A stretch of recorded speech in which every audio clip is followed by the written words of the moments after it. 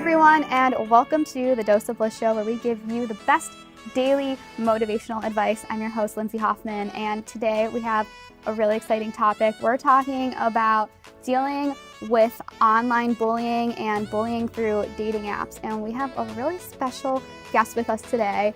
She curates the By Felipe Instagram and has an amazing book with the same title all about this. We have Alexandra Tweeten here today. Hi, thank you for having me. Being here. I'm really excited to have you here because I'm a fan of your Instagram. Thank you. For our viewers who might not know it yet, which you guys should, can you tell us a little bit what they can find on it and how the page started? Yeah. So I started the Instagram account in 2014, and it just what came out of an inside joke between me and a bunch of friends, where we were having a conversation about messages that we had gotten on online dating sites. And one of my friends posted one, and I had received one a few days before that. So I had all of these messages that people sent me that were crazy messages, like guys lashing out and just being frustrated that they weren't getting attention. And so I put them all on Instagram and called it By Felipe. And so the tagline is calling out men who turn hostile when rejected or ignored. Yeah, and the By Felipe is a touch on the By Felicia that everyone Yeah. And so, why do you think this is such a big epidemic? Because so many guys do, and you see on the page, and it's crazy how many guys are so hostile and mean to girls through social media and through dating apps. Why is this such a thing now? Yeah, I think there's like so many reasons. I think guys online think that they're anonymous, and so they say things that they wouldn't normally say if they were like looking at you face to face. I think people are really frustrated with dating apps and the process, and guys don't get messages back, so then they like get really frustrated. And I think that men in general sort of have an entitlement when they're online, and they think that women should just message them. And women get so many messages all the time that a lot of the times they don't have time to message every single person back. And I think there's just a lot of hostility out there. What are some examples of some of the craziest messages that you've seen and posted on By Felipe? I think, I don't know. I will post something, and then a couple days later I'll be like, no, this is the worst thing. And then something else worse or crazier will come in. People DM me their submissions. I get like 20 to 50 a day. But, it's always something like sending an unsolicited dick pic or just like, turning on a dime and saying like, you're ugly and whatever. So it really runs the gamut. It can be like something kind of small, or it can be, I'm going to stalk you. Like it can really, there's a whole spectrum of. I feel like people don't realize the degree of how much of an epidemic this is really becoming. And, when you do research, and I was looking up about your page, some people argue saying, well, why are you putting a guy on blast for what they're saying? Aren't you doing the same thing? Is that like any better? So what is your response to that?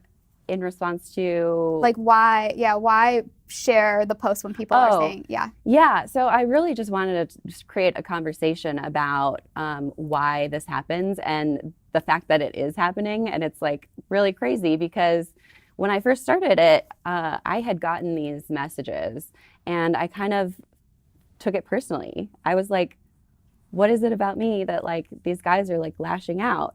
And then as soon as I talked about it with friends, and I realized that they were also going through the same thing, it really made me feel better. Yeah. I was like, wow, I'm not the only person that's going through this. And so I've gotten so many messages from other women saying like, wow, I thought I was the only one that was going through this. So thank you for giving women a voice, and thank you for bringing this up, because it makes other women feel better. It really does create a conversation not only for women but for men as well, because guys don't always know what's happening. So what's your advice for girls who are dealing with these DMs or messages on dating apps? How should they respond? How should they go about it so that it doesn't get to them? Yeah. So a big part of the book is just how to deal with it. So I have all the examples of my favorite types of responses, and really you have to just figure out how you want to respond. Like sometimes I feel like I just want to make fun of them and I like troll them back, or sometimes I don't feel safe and I just want to block them and report them. Like only you can really tell the best way to respond to the guy. But some of the most creative ways that I like. Yeah, that's what I want to know. What are your top creative ways? So I have some friends, and they sometimes will find the guys, if the guy sent an unsolicited dick pic or sent something really terrible, they'll find the guy's mom or their girlfriend. They'll like go to their profile and find it. Or their girlfriends. Or interrupt. They have a girlfriend too now. A lot of them have girlfriends already. And you just go to their profile and like find that person. It's so easy. And then message them and be like, hey, this is what your boyfriend is sending me. Just FYI. Like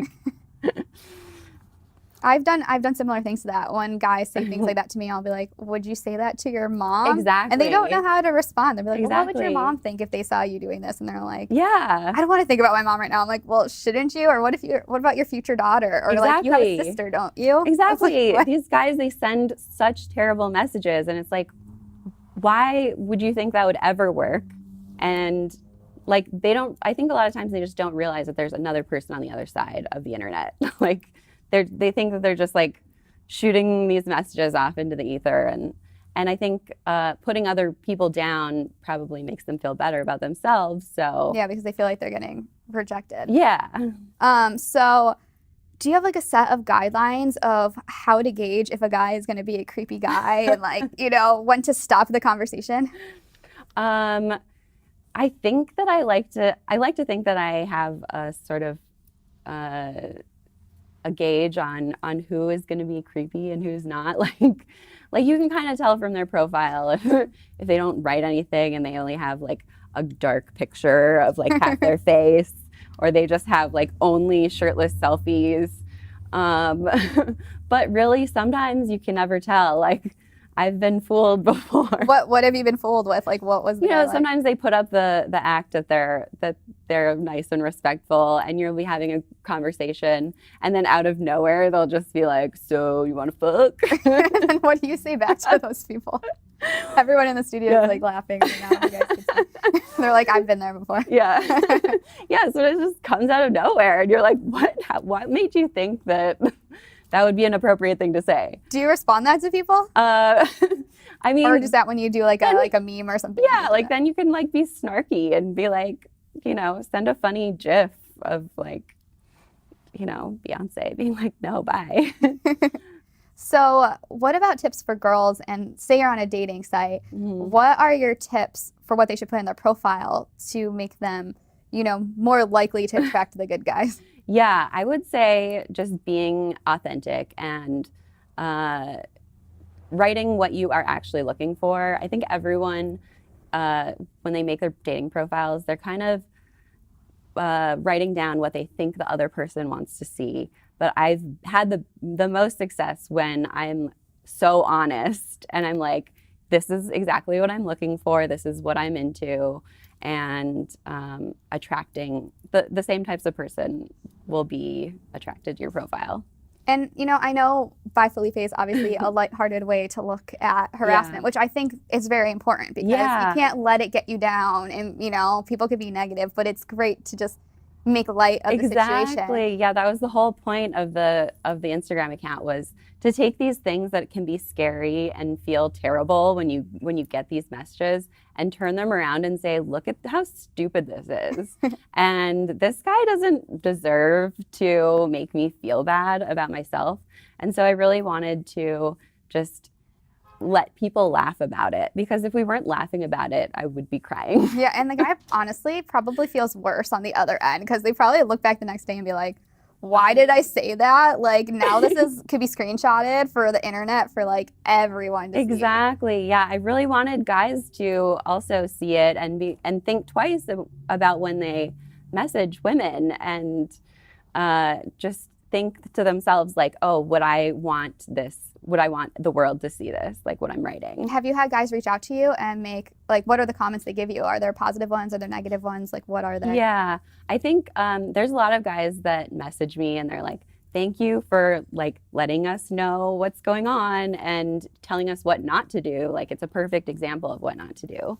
I get a lot of those comments, but I also get some from men who are like, not all men are like that, and think that I'm giving them a bad reputation. And to that, I just want to say that, of course, not all men are like that. We all know that not all men are like that. It's just, I want everyone to know about what women go through on a daily basis. Because a lot of guys that don't do it, they have no idea that it's going on. They're like, I didn't even know that people talked like that.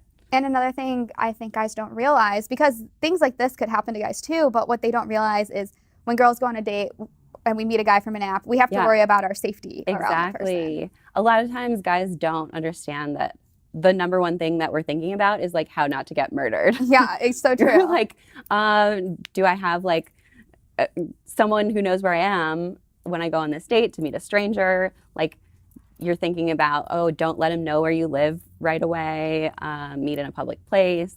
We're thinking about all of these safety measures. And I think a lot of times guys are like, well, why don't you just come over to my house? It'll be fine. It's so true. I've had guys do that to me and I'm like, totally don't think I'm like honest with them. I'm like, I totally don't think this is what you're thinking. Yeah. But like, I don't know you yet. And, you know, I'll joke. I'm sure you're not a murderer. However, the first time I meet you, you know, we should be in person. Yeah. And they'll be like, oh my God, I'm so sorry. I didn't think about that. Yeah. And it's like, I'm like, you should think about that. Who knows about the girl on the other hand too? Exactly. Yeah. So when meeting someone online, what are your tips to research the guy, you know, before you meet them in person? Mm-hmm. Yeah, I always do a light Google. There's a section of my book called Google the Shit Out of Him, which just make sure, you know, he has some like social media or some like footprint online, or make sure that you know like who he is.